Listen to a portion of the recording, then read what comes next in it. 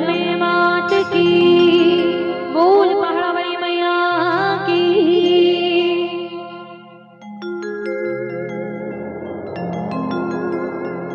वे गए जंगल के राजा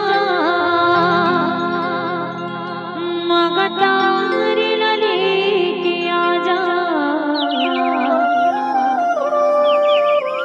हे गए जंगल के राजा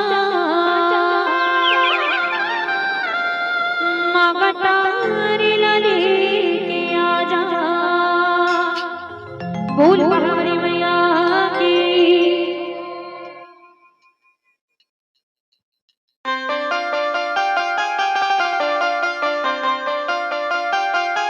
चलिए मीठी मीठी ताली के साथ।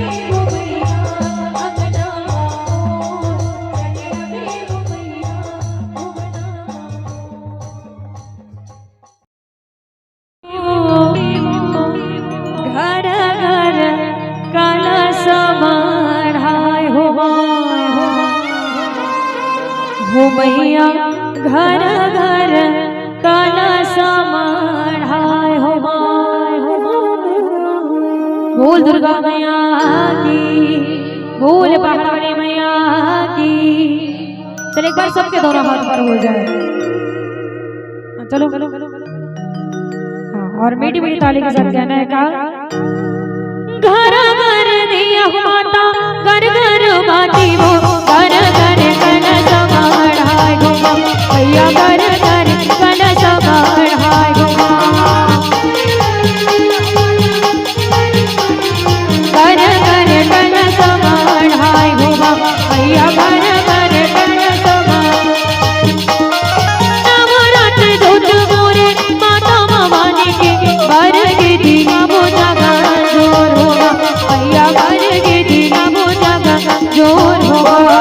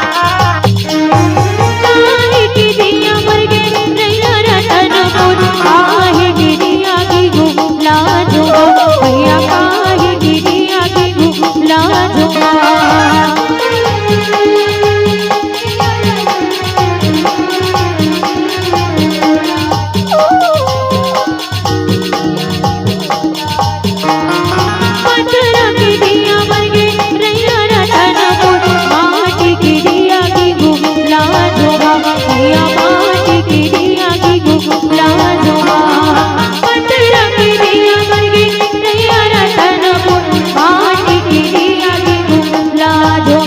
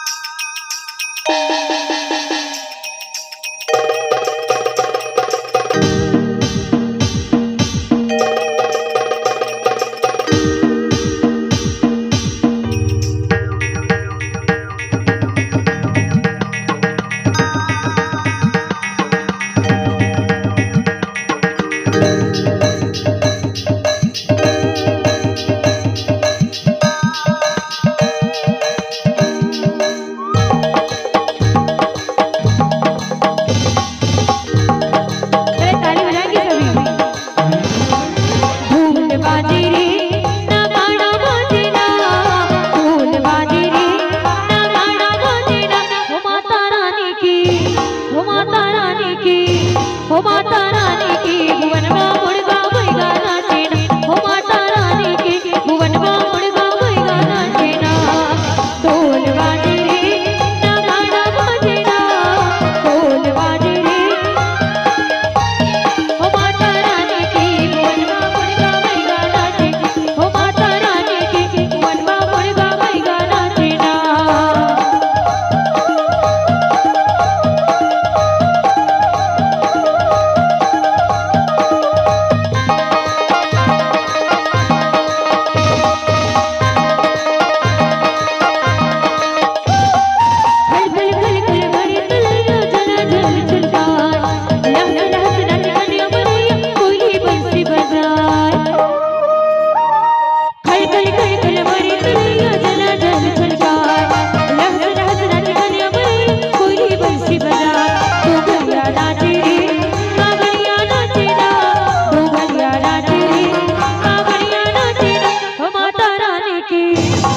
चलिए निवेदन है आप सबसे और बिल्कुल एक पश्चात 2-3 भजन और है ओकर पश्चात आप सबके बीच से विदा ले लेबो।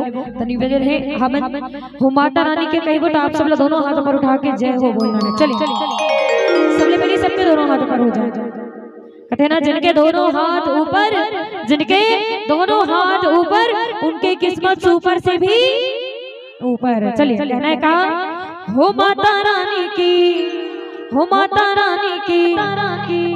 हाँ जोर से बोलना है, मत दो भैया। ठीक चले हो माता रानी की, जोर से बोलो ना, खाओ ते पच गए खा, जोर से बोलना है ना।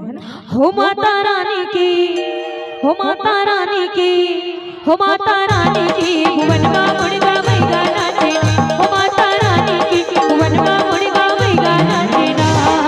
ढोल बाजे रे नगाड़ा बाजेना, ढोल बाजे रे हो माता रानी की भुवन में मुर्गा मुर्गा नाचे, हो माता रानी की भुवन में मुर्गा मुर्गा नाचेना। पीछे वाली ताली बजाएंगे।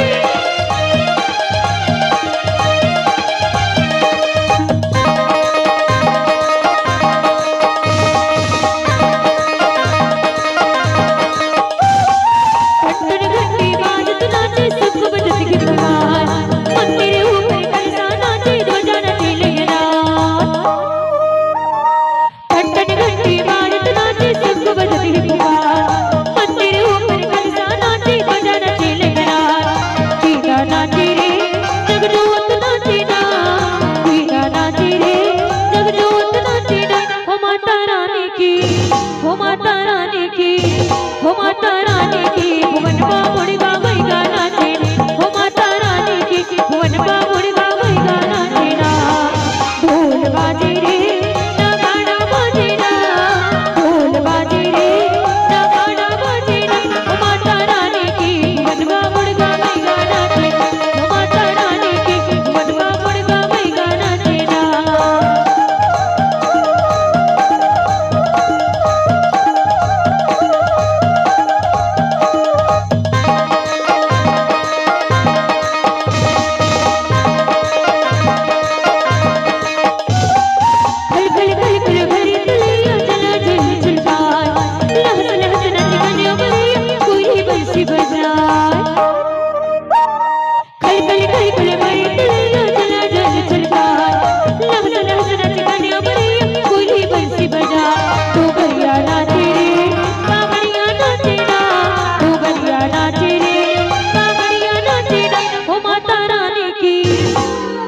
बार और बोला है, अब मैं बढ़ देख के देखा तो जिन बजावाते तिन बजा बजा खलक आने, जिन नहीं बजाते तो बजाते नहीं है। तो जिन मन ताली बजा तो कर मन पर एक बात कर चाहूँ, ध्यान से सुनना।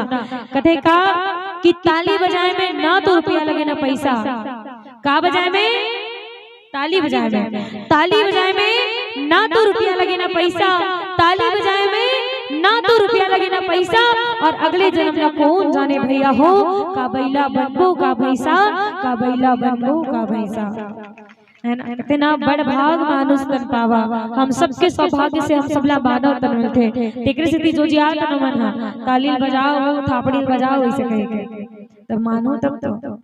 अब देखो ये जो मौका है वो बार बार मिलने वाला नहीं है। देखो काली जवान कोनो प्रकार के आयोजन है, हमें आयोजन औ गवैया बजे आने वाले काली नहीं आने, आज बस जतिक बजाऊ ततिक जतिक गाऊ ततिक, है ना। तो निवेदन है बढ़िया सुंदर भाव के संग आप सबला दोनों हाथों पर उठा के मीठ मीठी ताली के साथ चलिए कहना है का हो माता रानी की, हाँ जोर से बोलो, हो माता रानी की, हो माता रानी की। एक मिनट तो आप मन जतिक जन खड़े होते मन आड़ी बाड़ी वाले हले, आंगनबाड़ी वाले लड़का मन देखना, आप मैडम मन जब पढ़ाते कहते ले बेटा अनार क्या कहा ऐसे कहे तो लड़का अनार क्या कहते, है ना। वैसने भैया मन है तो निवेदन है भैया बढ़िया सुंदर प्रकार ले अच्छा सुंदर मौका मिले आप सब लोग बढ़िया आनंद लेना है। और आइए मीठी मीठी आवाज के साथ कहना है का हो माता रानी की, हो माता रानी की, हो माता रानी की, भुवन का मुर्गा